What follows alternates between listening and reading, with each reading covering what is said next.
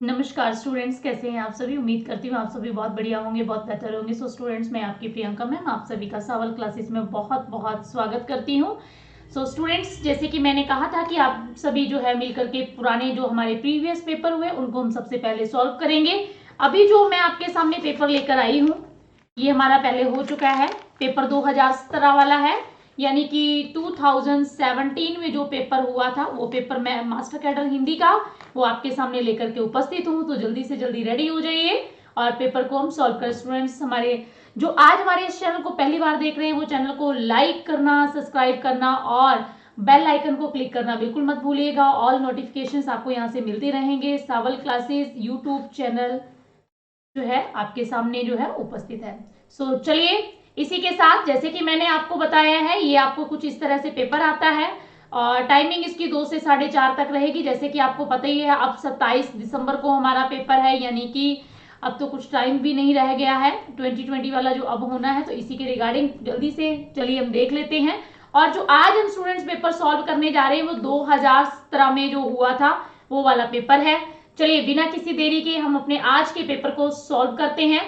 पहला ही प्रश्न देखिएगा, मित्र बनकर धोखा देना किस मुहावरे का अर्थ है। तो हमारे सामने 4 ऑप्शन दिए गए हैं कि मित्र बनकर धोखा देना, पेट की दाढ़ी होना, छाती पर मूंग धरना, ओखली में से आस्तीन का सांप होना, इसके लिए बोला जाता है मित्र बनकर धोखा देना यानी कि आस्तीन का सांप होना। दूसरा प्रश्न है, गिरगिट की तरह रंग बदलने का अर्थ है। गिरगिट की तरह रंग बदलना, बुरी तरह नष्ट होना, नहीं हो सकता, तेज होना, अनुभवी होना, सिद्धांतहीन होना। यहाँ पर बी ऑप्शन ही हमारा, यहाँ पर जो है डी है तो इधर बी ऑप्शन हो जाएगा।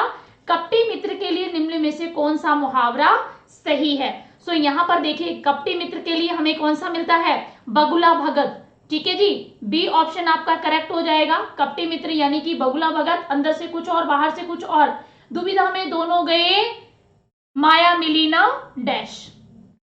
लुकोक्ति में खाली समय स्थान पर क्या आएगा, दाम राम काम शाम। तो हमने बहुत बार सुना हुआ है, दुविधा में दोनों गए माया मिली ना राम, यानी कि दोनों ही चले गए। यहाँ पर क्या आ जाएगा, राम आएगा, कुछ इस तरह से।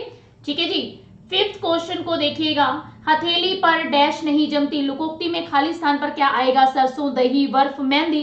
तो देखिए ये कॉमन सेंस के क्वेश्चन डाले हुए हैं, बहुत ही अच्छा पेपर आया था। अगर हम नजर डालें पूरे पेपर पर तो हथेली पर क्या नहीं जमती है, सरसों नहीं जमती। तो यहाँ पर ऑप्शन क्या भरा जाना था, सरसों आना था, यानी कि बी ऑप्शन फिर हमारा राइट हो जाएगा। प्रत्यक्ष को प्रमाण की जरूरत नहीं पड़ती, अर्थ देने वाली लुकोक्ति कौन सी है, हाथ कंगन को आरसी क्या। यहाँ पर बी ऑप्शन ही आपका करेक्ट हो जाएगा। अधूरा ज्ञान रखने वाला व्यक्ति अधिक दिखावा करता है। तो देखिए इसके लिए कौन सी कोक्ति, अधजल गगरी छलकर जाए, खोदा पहाड़ निकली चुया, अकल बड़ी या भैंस चोरी और सीना जोरी। तो अधजल गगरी छलकत जाए, क्योंकि जो लोग जिनके पास अधूरा ज्ञान होता है, कम ज्ञान होता है, वो अपने आप को ज्यादा अच्छा दिखाने की कोशिश में लगे रहते हैं। 8th देखिएगा, जहां उपमेय में उपमान से भिन्नता होते हुए भी संभावना व्यक्त की जाए वहां कौन सा अलंकार होता है। तो बात की जा रही है जहां उपमेय में उपमान से क्या है, भिन्नता है, अलग है, दूरी, मतलब कहने का भाव दोनों एक दूसरे से भिन्न है, फिर भी वहां पर क्या है, संभावना व्यक्त की जा रही है। तो यहाँ पर विरोध का आभास, सॉरी यहाँ पर 8th का उत्प्रेक्षा आ जाएगा, उत्प्रेक्षा अलंकार जो है वो माना जाएगा। 9 प्रश्न देखिएगा, क्वेश्चन नंबर 9, पत्रा ही तिथि पाइये बा घर के चौपास, नित प्रीत पूर्ण नहीं रहत आपन आपे उजास में कौन सी अलंकार जो है वो पाया जाता है। तो कहते पत्रा ही तिथि पाइये बा घर के चौपास, तो यहाँ पर अतिशयोक्ति का वर्णन कर दिया गया है। तो यहाँ पर सी ऑप्शन हमारा करेक्ट हो जाएगा। भक्तमाल के रचयिता कौन है, सबको बस पता है, नवादास जी भक्तमाल के रचयिता है। ऑप्शन नंबर हमारा डी स्टूडेंट्स जो है वो बिल्कुल करेक्ट हो जाएगा। चलिए आगे बढ़ते हैं अगले प्रश्न की तरफ। क्वेश्चन नंबर 11, लोर कथा किस काव्य का दूसरा नाम लिया जाता है। तो आप लोर कथा या लोर कहा भी कहा जाता है आखिरी कलाम को, मृगवावती, चंदायन या हंसावली को। तो याद रखिएगा चंदायन का नाम जो है वो लोर कथा भी कहा जाता है। तो हमारा ऑप्शन नंबर सी जो है वो यहाँ पर करेक्ट हो जाएगा। आलाखंड किस रासो ग्रंथ का मूल रूप है, बीसल रासो का है, कुमान रासो का है, परमाल रासो या हमीर रासो। आलाखंड जो है वो परमाल रासो को कहा जाता है, याद रखिएगा सी ऑप्शन यहाँ पर हमारा करेक्ट हो जाएगा। 13, मोक्ष का पर्यायवाची है। मोक्ष शब्द का पर्यायवाची कौन सा है? कैवल्य की प्राप्ति होना, मोक्ष की प्राप्ति होना यानी कि कैवल्य की प्राप्ति होना। मयंक पर्यायवाची है, मयंक का पर्यायवाची क्या रहेगा? मयंक बोला जाता है चंद्रमा को, ठीक, चंद्रमा का पर्यायवाची है मयूर, दिनकर का नहीं है।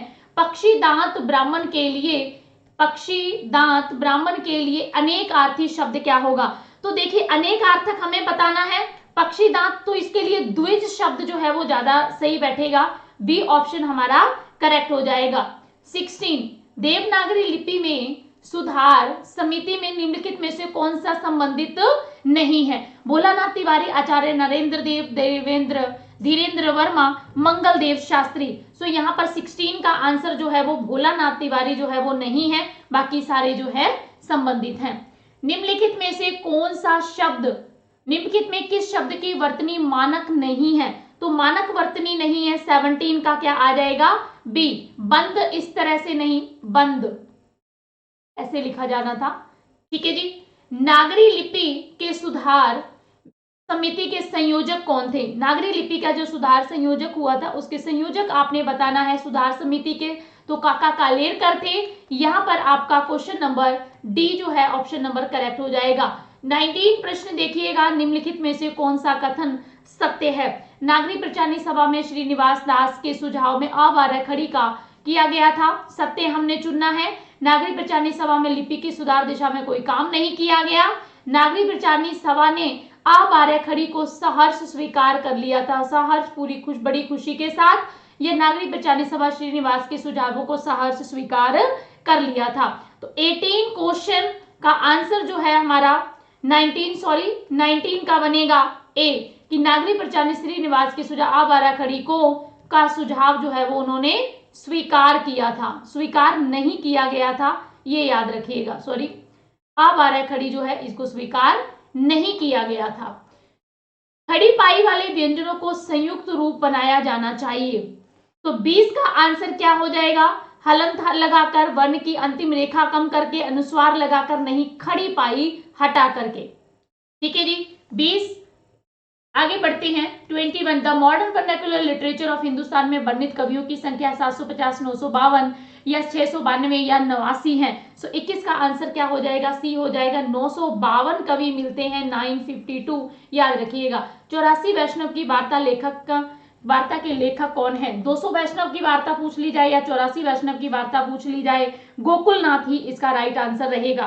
23 का हिंदी साहित्य का आलोचनात्मक इतिहास जो है पाठ्य पुस्तक किसकी है? तो याद रखिएगा सबकी आलोचना करनी है, पर राम हमारे पूजनीय हैं, उनको, वो हमारे लिए बड़े ही हम आदर्श पुरुष रहे हैं, तो उनका हम नहीं कर सकते, भगवान के रूप में उनकी प्रतिष्ठा होती है।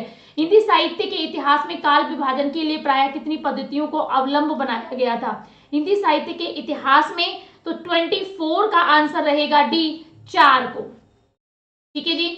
जानने की इच्छा रखने वाला, जिज्ञास, ज्ञान इच्छालु, जिज्ञासु, इच्छालु क्या कहलाएगा? 25 का आ जाएगा डी, जिज्ञासु कहते हैं हम उसको। आषाढ़ का एक दिन नाटक के नाटककार है, मोहन राकेश की रचना है। शिशु की भावना, भावात्मक संख्या क्या होगी? शिशु शब्द दिया गया है, शिशु का भाववाचक हमने बताना है, तो याद रखिएगा 27 का आंसर सी, शैशव बोलेंगे। सी आंसर जो है वो आपका ज्यादा करेक्ट रहेगा। बाल्यकाल, बाल प्लस शैशविकता नहीं होगा, सी शैशव। वृत्ति की भाववाचक संज्ञा क्या रहेगी? 28 का आंसर हो जाएगा वार्धक्य, याद रखिएगा, ए ऑप्शन आपका करेक्ट हो जाए। समुद्र में लगने वाली आग, 29 का आंसर वड़वानल होगा, मलयालम होगा, अर्नालय होगा। अर्नालय या इनमें से कोई नहीं होगा, 29 का बड़वानल होगा, ये करेक्ट ज्यादा बनेगा, यानी कि 29 का ए ऑप्शन करेक्ट रहेगा। इतिहास का विशेषण होगा, तो इतिहास जो है इसका ऐतिहासिक हो जाएगा, ऐतिहासक, ऐतिहासिक नहीं, ऐतिहासिक, ठीक, ऐतिहासिक ये करेक्ट बनेगा। ऊनी या 31 देखिएगा, ऋषि का विशेषण है उपास्य, औरस या आदृत्य या आर्ष, तो ऋषि शब्द का जो है हमने विशेषण बताना है, डी ऑप्शन करेक्ट हो जाएगा, आर्ष बोला जाता है, ठीक है जी। चलिए आगे बढ़ते हैं। 32 प्रश्न, प्रयोग की दृष्टि से शब्द के कितने प्रकार होते हैं? तो प्रयोग की दृष्टि से शब्द के 2 प्रकार होते हैं, सार्थक और निरर्थक। विसर्ग का उच्चारण कैसे होता है? ह जैसा होता है, ड जैसा, स्वर जैसा होता है, तो ह जैसा होता है, प्रातः, सुतः बोलते हैं ना हम, इस तरह से उच्चारण स्थान के आधार पर ल और स ध्वनियां हैं, किस तरह की ध्वनियां जो है वो ये बोली जाती हैं। वर्तस्य है, सजलन वर्तस्य, तो ल और सा जो है वो वर्तस्य है, कंठय नहीं है, लुंठित और मूर्धन्य भी नहीं है। निम्नलिखित में कौन सा शब्द अलंकार है? 35 में शब्द अलंकार हमने उपमा, रूपक, उत्प्रेक्षा, यमक जो है ये क्या है? शब्द अलंकार है। यमक में एक शब्द है ना, एक से दो बार प्रयोग होता है, पर दोनों बार अलग अलग में प्रयोग होता है। सुषुप्तु का विलोम क्या होगा? सुषुप्रा, जागरण, सुप्त, अचेतन। तो 36 का डी आंसर हो जाएगा। सुषुप्त यानी कि जो बिल्कुल सोता रहता है उसके लिए, और उसका हो जाएगा विपरीत जागरण। 37 प्रश्न, जब किसी व्यक्ति या वस्तु की अन्य व्यक्ति अथवा वस्तु के रूप गुण दशा जब किसी व्यक्ति या वस्तु के अन्य व्यक्ति अथवा वस्तु के रूप गुण दशा संबंधी विशेषताओं से तुलना की जाती है, वहां कौन सा अलंकार होता है? रूप गुण दशा सभी विशेषताओं से जब तुलना की जाती है तो वहां पर उपमा अलंकार होता है। देखो ये तो हम सबको पता है, तुलना का भाव जहां होता है तो वहां पर उपमा अलंकार होता है। 38 प्रश्न, तुलसीकृत रामचरितमानस की भाषा कौन सी और इसमें कितने कांड हैं? अवधी भाषा में है और 7 कांड जो है वो हमें मिलते हैं। देखो पहला ही ऑप्शन हमें पता था तो बड़े इजीली लगा सकते हैं। द्वैतावाद के संस्थापक है निम्बार्काचार्य, शंकराचार्य, मध्वाचार्य या श्री भट्ट मिलते हैं। तो 39 का आंसर भी होना चाहिए। द्वैतावाद मध्वाचार्य की रचना है। अर्क के अनेक आर्थी शब्द को व्याख्या, प्रयोजन, उद्देश्य, सार, सारांश, विमल, नवचर, आशुमली, रश्मि, आकाश, कपड़ा और सूर्य। 40 का आंसर सी हो जाएगा। आकाश, कपड़ा और सूर्य जो है वो बोला जाता है। हाँ जी। 41, समरूपी भिन्नार्थक शब्दों में आदि और आदि का सही युग्म होगा। आदि और आदि, देखो आदि मतलब आरंभ और अभ्यस्त, यहां पर सी ऑप्शन हमारा करेक्ट बन रहा है। समरूपी भिन्नार्थक शब्द जलज और जलद, तो इन दोनों को हमें देखना होगा। जलज और जलद, जलज बोला जाता है कमल को, ठीक है, और जलद बोला जाता है बादल को। बाकी कहीं पर भी कोई ऑप्शन नहीं दी गई है, एक डी ऑप्शन में ही ये हमें देखने को मिल रहा है। 43, आचार्य रामचंद्र शुक्ल ने रीतिकाल का आरंभ किस कवि से माना है? तो आचार्य रामचंद्र शुक्ल जो है वो रीतिकाल का आरंभ की अगर हम बात करें तो 43 का आंसर जो है वो चिंतामणि आ जाएगा। सी ऑप्शन आपका करेक्ट हो जाएगा। बाणभट्ट की आत्मकथा में अध्यायों को किस नाम से अभिहित किया गया है? तो बाणभट्ट की जो आत्मकथा मिलती है 44 का आंसर जो है वो बी रहेगा, उच्छ्वास के नाम से किया गया है। ठीक, तो बी ऑप्शन आपका करेक्ट। राहुल सांस्कृत्या ने हिंदी का प्रथम कवि किसे माना है? तो सरहप्पा को मानते हैं। बी ऑप्शन आपका करेक्ट हो जाएगा। 46, सिद्धों और नाथों की संख्या क्रमशः मानी जाती है। 84 सिद्धों की संख्या कितनी है? 84 और 9 नाथ हुए हैं, एक ही जगह पर करेक्ट आंसर दिया गया है। ठीक है जी, तो ऑप्शन नंबर ए जो है वो हमारा करेक्ट हो जाएगा। 47, पृथ्वीराज दासों को पूर्णतः अप्रमाणिक मानने वाले चिंतक हैं, किसने माना है? तो 47 का आंसर जो है सुनीति कुमार चटर्जी, श्याम सुंदर दास, मिश्र बंधु और गौरी शंकर हीरानंद ओझा। तो इनमें से देखो गौरी शंकर हीरानंद ओझा ही हैं इन्होंने अप्रमाणिक जो है वो माना है। कुमार दासों के रचयिता हैं दलपति विजय। तो यहाँ पर देखिए बाकी ऑप्शन देखने की भी हमें जरूरत नहीं पड़ी, बड़ी आसानी से हम लगा सकते थे। ऐसा कौन सा रासो ग्रंथ है जो अभी तक उपलब्ध नहीं हो सका है? तो 49 का आंसर है हमीर रासो अभी तक उपलब्ध नहीं है, बाकी सारे हमने पढ़े हैं, सारे हमने देखे हैं।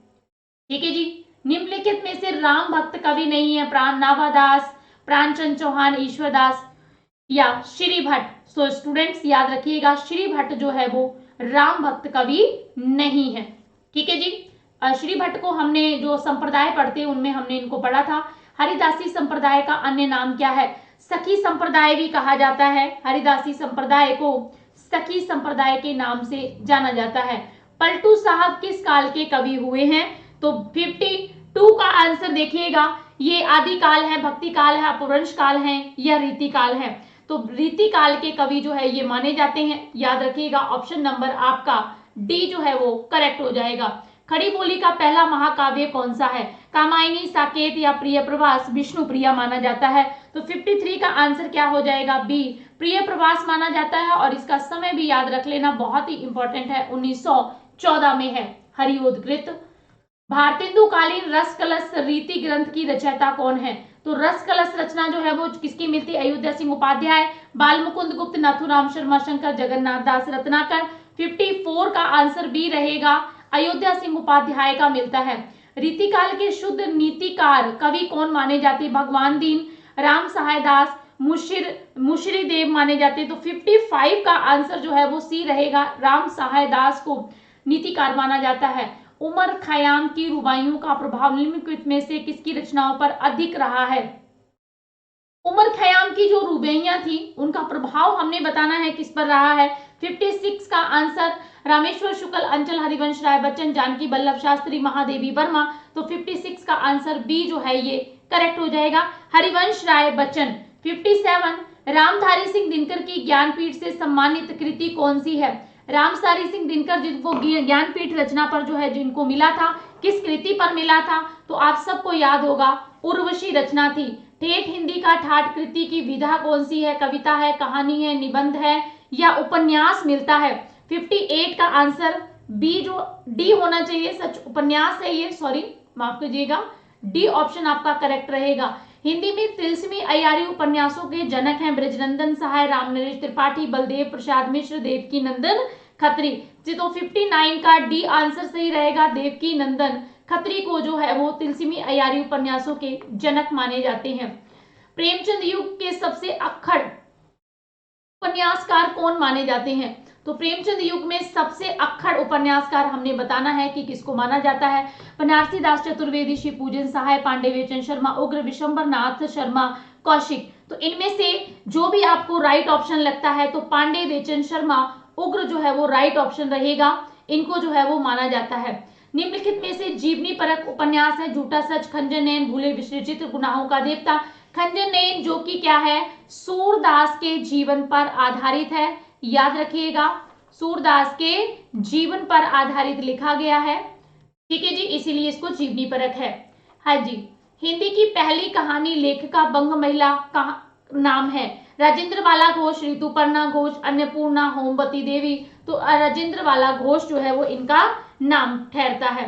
63 बहुचर्चित कहानी तीसरी कसम के लेखक है?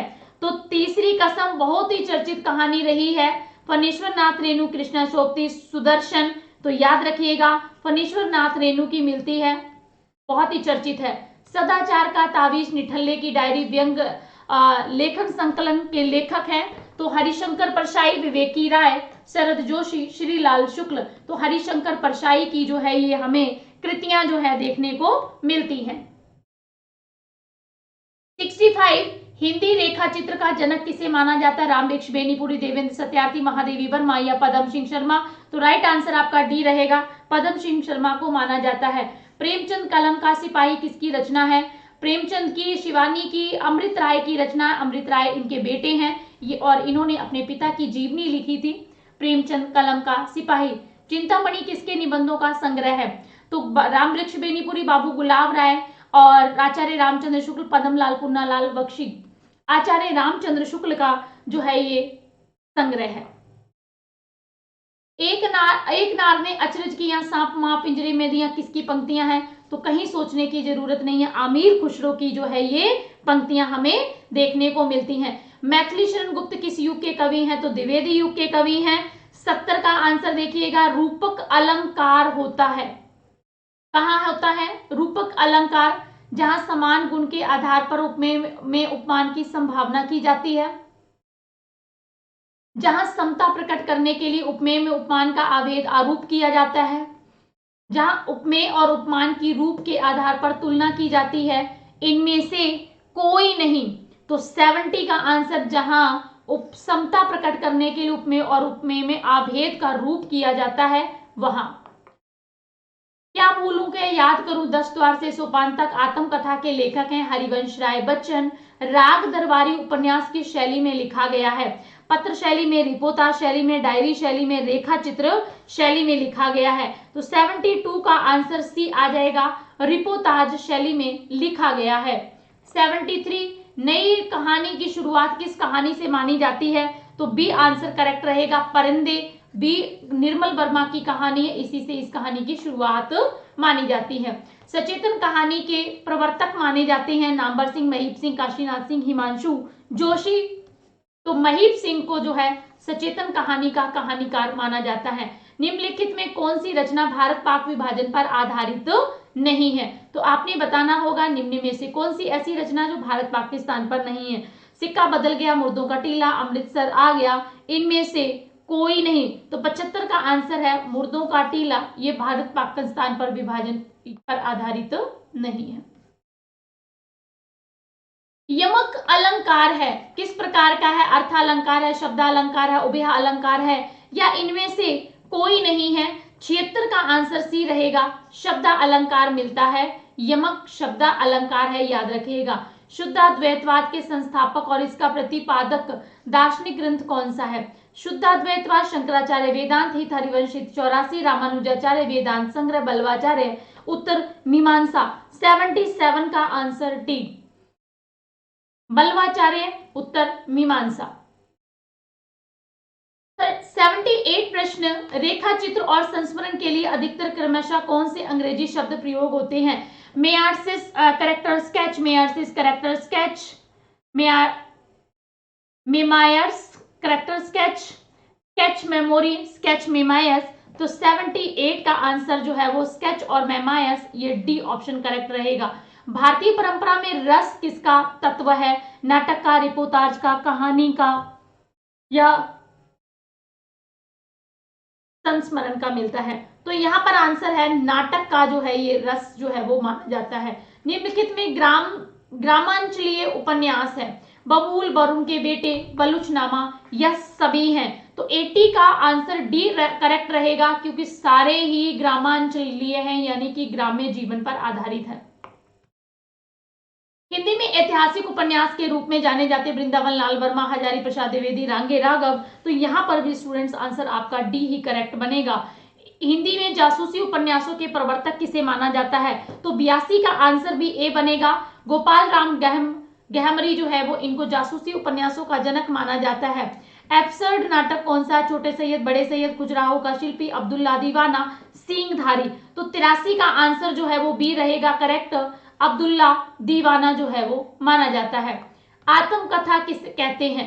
किसी भिन्न व्यक्ति का लिखित जीवन वृत्त, स्वयं की लिखित जीवन वृत्त, कल्पित गद्य और पद कथा, जीवन की व्याख्या, मनोरंजन लेखन, कल्पित कथा। किसे कहा जाता है? तो स्वयं लिखित जीवन वृत्त को ही आत्मकथा कहा जाता है, जब एक लेखक अपनी खुद की जीवन के बारे में खुद लिखता है। निम्नलिखित में से कौन सी विधा श्रव्य और दृश्य दोनों के अंतर्गत परिगणित की जाती है? तो चंपू, नाटक या महाकाव्य, या इनमें से कोई नहीं। 85 का सी आंसर करेक्ट रहेगा, श्रव्य और दृश्य दोनों में ही। हम इसको सुन भी सकते हैं और वैसे भी। भोर का तारा, रीढ़ की हड्डी और भोर का तारा विधा क्या है? एकांकी है, कहानी है, नाटक है, या गद्य गीत मिलता है? तो 86 का आंसर क्या रहेगा? ए आंसर करेक्ट हो जाएगा। ये एकांकियां जो है हमें मिलती हैं। चलिए आगे बढ़ते हैं अगले प्रश्न की तरफ। इलाचंद्र जोशी किस धारा के उपन्यासकार है? ऐतिहासिक है, मनोवैज्ञानिक है, प्रगतिवादी है, या उपरोक्त सभी में ही आएंगे? तो 87 का आंसर आपने करना था, सी आंसर करेक्ट रहेगा। ये मनोवैज्ञानिक उपन्यासकार माने जाते हैं। प्रेमचंद के कहानी संग्रहों का प्रतिनिधि नाम है? सेवा संगम, आकाशदीप, मानसरोवर, ग्राम्य। तो मानसरोवर जो है याद रखिएगा, ठीक है जी। निम्नलिखित में कौन नई कहानी का प्रतिनिधि रचनाकार नहीं है? तो निर्मल वर्मा, मोहन राकेश, राजेंद्र यादव, धर्मवीर भारती। तो 89 का आंसर डी करेक्ट हो जाएगा, धर्मवीर भारती नहीं है। समकालीन कहानी का प्रवर्तक किसे माना जाता है? सुदर्शन नारंग को, महीप सिंह को, गंगा प्रसाद विमल को, भारत भूषण अग्रवाल को। गंगा प्रसाद विमल, गंगा क्या है? सेम रहती है, एक जैसी रहती है, कहीं पर भी वो कैसी भी नहीं, बदलती नहीं है। प्यालियां टूटती हैं किसकी एकांकी है? तो प्यालियां टूटती हैं 91 का मोहन राकेश की एकांकी हमें मिलती है, बहुत ही चर्चित है। ललित निबंधकार कौन है? तो 92 का आंसर रहेगा डी, कुबेरनाथ भी हैं और विवेकी राय, विद्यानिवास मिश्र, यानी कि 92 का सभी जो है वो करेक्ट हो जाएंगे। डी ऑप्शन आपका राइट हो जाएगा। चतुवर्ग की प्राप्ति का वर्णन किस काव्य रूप के लिए अनिवार्य माना जाता है? खंड काव्य, चंपू काव्य, महाकाव्य। तो 93 का आंसर जो है वो बी रहेगा, महाकाव्य आंसर करेक्ट रहेगा। नाटक के भेद हैं, कौन कौन से भेद हैं? रूपक का है, उपरूपक का है, अंतरास्त्र का है, संगति का है। नाटक का जो भेद है वो रूपक का है, ठीक। नाटक किसका भेद है? रूपक का। किस काल के साहित्य में युद्धों का सजीव चित्रण हुआ? तो आदिकाल है, उसके बाद तो हमें रीतिकाल में सारी प्रजा ही अलग दिखाई देती है और यहाँ पर तो कोई हमें देखने को भी नहीं मिलता है। आदिकाल में जो है युद्धों का हमें सजीव चित्रण देखने को मिलता है, क्योंकि लेखक जो हुआ करते थे, जो कवि होते थे, वो राजा के साथ स्वयं युद्ध में जाया करते थे। वह प्रथम कृति कौन सी मानी गई है जिसमें संकलित पद विभिन्न राग रागनियों में बांटे गए हैं? रामचरितमानस, आदि ग्रंथ, पृथ्वीराज रासो, मधु, मालती। तो 96 का आंसर आदि ग्रंथ को जो है राग रागनियों में बांटे गए हैं। हिंदी के पूर्व मध्यकाल का आरंभ दिल्ली के किसके राज्यकाल में हुआ था? तो हिंदी के पूर्व मध्यकाल का जो आरंभ हमने बताना है कि दिल्ली के किस राज्यकाल में हुआ था? पृथ्वीराज चौहान के, हर्ष का वर्धन सम्राट, महमूद गजनवी या मोहम्मद बिन तुगलक। तो 97 का आंसर जो हमारा करेक्ट रहेगा वो रहेगा डी, मोहम्मद बिन तुगलक। नेक्स्ट क्वेश्चन की तरफ बढ़ते हैं।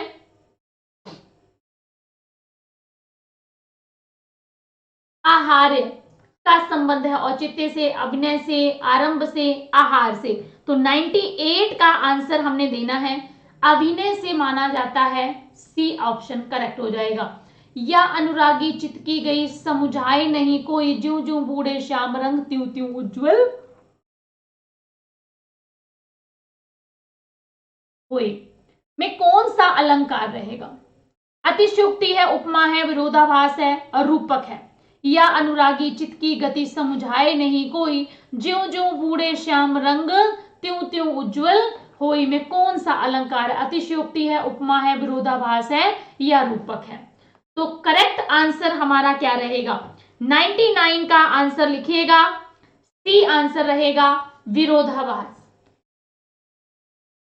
100 जिस कृति में कथा संगठन आवश्यक हो, सर्गबद्धता नहीं, जिसमें वस्तु वर्णन, भाव वर्णन एवं चरित्र का चित्रण किया जाता है पर कथा का विस्तार नहीं, उसे क्या कहते हैं? खंड काव्य, मुक्त काव्य, महाकाव्य या काला गीत कहते हैं।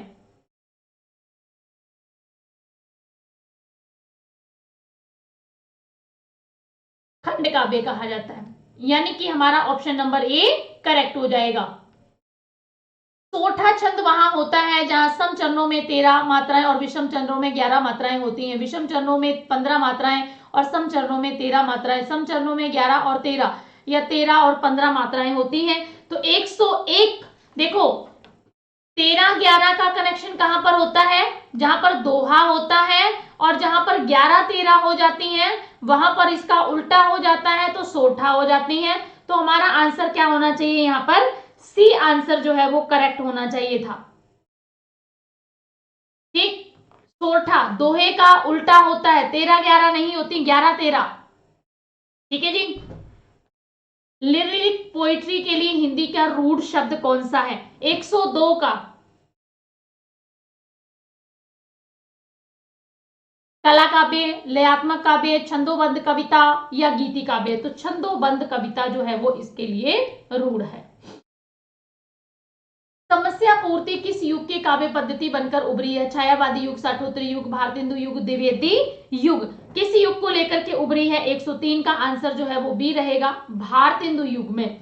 श्रृंगारिकता किस काल की प्रमुख प्रवृत्ति है? पूर्व मध्यकाल, प्रगतिकाल और रीतिकाल। तो हम सब ने बहुत अच्छे से तरीके से पढ़ा हुआ है, रीतिकाल में श्रृंगार का वर्णन जो है वो बहुत ज्यादा किया गया है। हाँ जी। ठलुआ क्लब के निबंधकार कौन है? तो ठलुआ क्लब किसका मिलता है? शांति प्रसाद द्विवेदी का है, शांति प्रिय द्विवेदी, बाबू गुलाब राय, राम वृक्ष बेनीपुरी, पांडे शर्मा, बेचन शर्मा उग्र। सो यहाँ पर 105 का राइट आंसर हमारा बन जाएगा सी, बाबू गुलाब राय का मिलता है, बहुत ही चर्चित है, सर्वांग निरूपक कवि माने जाते हैं। तो 106 का आंसर है पद्माकर, मतीराम तोष और सोमनाथ, इनमें में से कौन से? तो सोमनाथ को जो है सर्वांग निरूपक कवि जो है वो स्वीकार किया जाता है। नीति और आदर्श किस काल के युग की प्रमुख प्रवृत्ति है? भारतेंदु युग, द्विवेदी युगीन, छायावादी युगीन, छायावादोत्तरकालीन। सो 107 का आंसर जो है वो सी हो जाएगा। ठीक है जी, सी आंसर जो है हमारा राइट आंसर हो जाएगा, नीति और आदर्श। 108 प्रश्न, करत करत अभ्यास के जड़मत हो सुजान, रसरी आवत जाते सिल पर परत निशान, उदाहरण में कौन सा छंद है? तो देखिए, करत करत अभ्यास के जड़मत हो सुजान 108 पे बी, यानी कि छंद हमने बताना था। तो हम देखो 1 2 1 इस तरह से हम करके भी देख सकते हैं। ठीक है जी, तो कितनी 1 2 3 4 5 6 7 8 9 10 11 12 यानी कि 13 बन रही हैं। 2 3 4 5 6 7 8 9 10 11 12 1 तो 4 6 8 10 11, तो यहां पर शायद 1 लगा दिया जाएगा। 13 और 11 का बन रहा है तो दोहा हो जाएगा। दोहा और रोला मिलकर कौन सा छंद बनाते हैं? तो कुंडलिया छंद बनता है। ए ऑप्शन हमारा यहां पर भी करेक्ट हो जाएगा। एजुकेटिव का हिंदी है क्या होगा? प्रबंधक बोलेंगे, अधीक्षक या आदिवासी अभिनेता। तो 110 का आंसर जो है करेक्ट बनेगा सी, आदिवासी बोला जाता है। मैथिल कोकिल के नाम से प्रसिद्ध कवि हैं। विद्यापति को मैथिली भाषा में पदावली इन्होंने लिखी थी, उसकी वजह से इनको मैथिल कोकिल कहा जाता है। ईस्वी और सन में कितने वर्ष जोड़ने पर विक्रमी संवत बनता है? 80 60 57, तो ये आंसर सही हो जाएगा। 57 वर्ष स्टूडेंट्स जोड़ने पर बनता है। आलवार संतों की संख्या कितनी है? 13। आलवार संतों की संख्या कितनी है? 16 है, 9 है, 8 है, 12 है। तो आलवार जो भक्त थे वो 12 थे। डी ऑप्शन आपका करेक्ट हो जाएगा। हाँ जी, 113 का डी। 114 जायसी किस काव्य में देवनागरी वर्णमाला के प्रत्येक अक्षर लौट? तो पद्मावत है, मधुमालती, अखरावट, आखिरी कलाम। तो याद रखिएगा इनकी जो 114 का आंसर डी, अखरावट जो रचना मिलती है इसमें जो है वर्णमाला के प्रत्येक एक अक्षर को लेकर के सैद्धांतिक बातें कही गई हैं। 115 तुलसीदास ने कलयुग का वर्णन रामचरितमानस के किस कांड में किया है? उत्तरकांड, किष्किंधा कांड, सुंदरकांड, लंका कांड। 115 का उत्तरकांड में है, कलयुग का वर्णन इन्होंने उत्तरकांड में किया है। सितारे हिंद किस लेखक का उपनाम? राजा शिव प्रसाद सितारे हिंद का नाम है। ए ऑप्शन यहां करेक्ट हो जाएगा। मनुष्य साहित्य का लक्ष्य है किसका कथन है? 116 रामविलास शर्मा, हजारी प्रसाद द्विवेदी, नंद दुलारे वाजपेयी, आचार्य शुक्ल। तो रामविलास शर्मा का जो है ये कथन हमें मिलता है। गोबर प्रेमचंद के किस उपन्यास का पात्र है? तो आप सभी ने गोदान में पढ़ा होगा, ये गोबर गोदान में ही है। सी ऑप्शन आपका करेक्ट हो जाएगा। कामायनी में कुल कितने सर्ग मिलते हैं? 12 13 15 9। तो याद रखिएगा सी 119 का आंसर 115 भूल गई मैं, 15 सर्ग जो है वो मिलते हैं। मुक्ति बोध की रचना है अनुभव के आकाश में चांद, मुझे चांद चाहिए, चांद का मुंह टेढ़ा है, नीला चांद। तो चांद का मुंह टेढ़ा है, तो यहां पर डी ऑप्शन ही आपका करेक्ट बैठेगा। तुम बहन कर सको जनमन मेरे विचार, बाणी मेरी क्या तुम्हें चाहिए? अलंकार। तो किसकी ये कृति जो है वो हमें मिलती है? 121 पंत की रचना जो है ये। सी सचिवालय शब्द है, तो ये आपको पता है यौगिक शब्द है। ए ऑप्शन ही आपका करेक्ट हो जाएगा। 123 रेडिएशन के लिए हिंदी शब्द है, रेडिएशन के लिए हिंदी शब्द है जड़तत्व, रेडियो की तरंगें, विषमा जाती है, विकिरणी। तो इसका क्या रहेगा? 123 का डी विकिरण सही हो जाएगा, डी ऑप्शन बनेगा। 124 बायोस्फीयर का हिंदी क्या रहेगा? तो जीव मंडल को बोला जाता है। एंटीबायोटिक एंटीबायोटिक, नाभिक, प्रतिजैविक, प्रतिध्वनि, प्रेरण। तो 125 का आंसर बी प्रतिजैविक बोला जाएगा। कॉस्मोलॉजी का हिंदी शब्द क्या होगा? तो बी ब्रह्मांड विज्ञान को बोला जाता है। ये सारे हमने पढ़े हुए हैं। मृत्तिका शब्द का तद्भव होगा, मृत्तिका को मिट्टी बोला जाएगा। बी ऑप्शन जो है वो करेक्ट हो जाएगा। 127 सी, सॉरी आंसर मैंने यहां पर बी लिख दिया, ऑप्शन सी है। टेक्नोलॉजी का हिंदी शब्द है प्रचालन, प्रचालन है, उत्पाद है, यांत्रिकता है, प्रौद्योगिकी है। तो 128 का सी इलिजिबिलिटी, दावेदार, एकाधिकार, उपक्रम, पात्रता के लिए बोला जाता है कि इलिजिबिलिटी है। 129 का ए। 130 बिना, सिवा, समान, तुल्य, सरीखा, जैसा, उपयादि आदि शब्द हैं द्रव्यवाचक हैं, समुच्चयवाचक हैं, समुदायवाचक हैं या संबंधवाचक हैं। 130 का 130 का आंसर डी रहेगा, संबंधवाचक। जब संज्ञा, सर्वनाम, विशेषण के साथ विभक्तियां लगे, धातुओं के साथ प्रत्यय लगे तो उन्हें क्या कहते हैं? तो याद रखिएगा 131 का एक, उनको पद कहते हैं। वाक्य में क्रियाकर्ता के सर्वनाम का संबंध से, संबंध का संबंधी से, विशेषण का विशेष्य का संबंध कहलाता है। वाक्य में क्रिया का कर्ता से, एक सर्वनाम का संज्ञा से, संबंध संबंधी से, विशेषण क्या कहलाता है? 132 का बी अन्वय कहलाता है। 133 प्राण तत्व के आधार पर प्रत्येक वर्ग का दूसरा और चौथा व्यंजन क्या कहलाता है? तो अल्प प्राण 1, 3, 5 होते हैं, तो महाप्राण दूसरा और चौथा वर्ण क्या कहलाता है? महाप्राण। लिपि चिन्हों का सार्थिक क्रम और विन्यास लिखना क्या कहलाता है? लिपि चिन्हों का सार्थिक क्रम और विन्यास से लिखना क्या कहलाता है? तो विशिष्ट वर्ण है वर्णमाला, वर्तनी, लित्य वर्णन। सो यहाँ पर 134 का आंसर सी वर्तनी कहलाएगा। 135 मानक हिंदी में परसर्ग संज्ञा किस प्रकार लिखे जाते हैं? तो मानक हिंदी में परसर्ग संज्ञा किस प्रकार लिखे जाते हैं? सटाकर, जोड़कर, अलग, मिलाकर। तो 135 का आंसर बी बनेगा, अलग लिखे जाते हैं। परसर्ग जो होते हैं ना, संज्ञा के किस तरह से लिखे जाते? परसर्ग कहा के की विभक्तियां जिसे बोलते हैं। स्त्रीलिंग संबोधन में संस्कृत के प्रयुक्त होने वाले शब्द शकुंतले, सीते, राधिके आदि शब्द मानक हिंदी में है, मान्य है, अति प्रचलित है, अमान्य है, गद्य में है। सो याद रखिएगा ये सीते, राधिके आदि 136 का अमान्य जो है वो है। निम्नलिखित में मानक वर्तनी वाले शब्द चयन कीजिए। 77, 77, 77 इनमें से कोई नहीं, तो 137 का 77 आएगा। निम्न कौन सा शब्द मानक वर्तनी वाला है? 28 लिखा हुआ है, तो हमने ये बताना है 28, इसको हलंत किया गया है, ये हो नहीं सकता, 28 आएगा। 139 स्वर रहित र के बाद अन्य स्वर रहित स्वर आ जाए तो कौन सा रूप होता है? 139 का डी ऑप्शन करेक्ट रहेगा।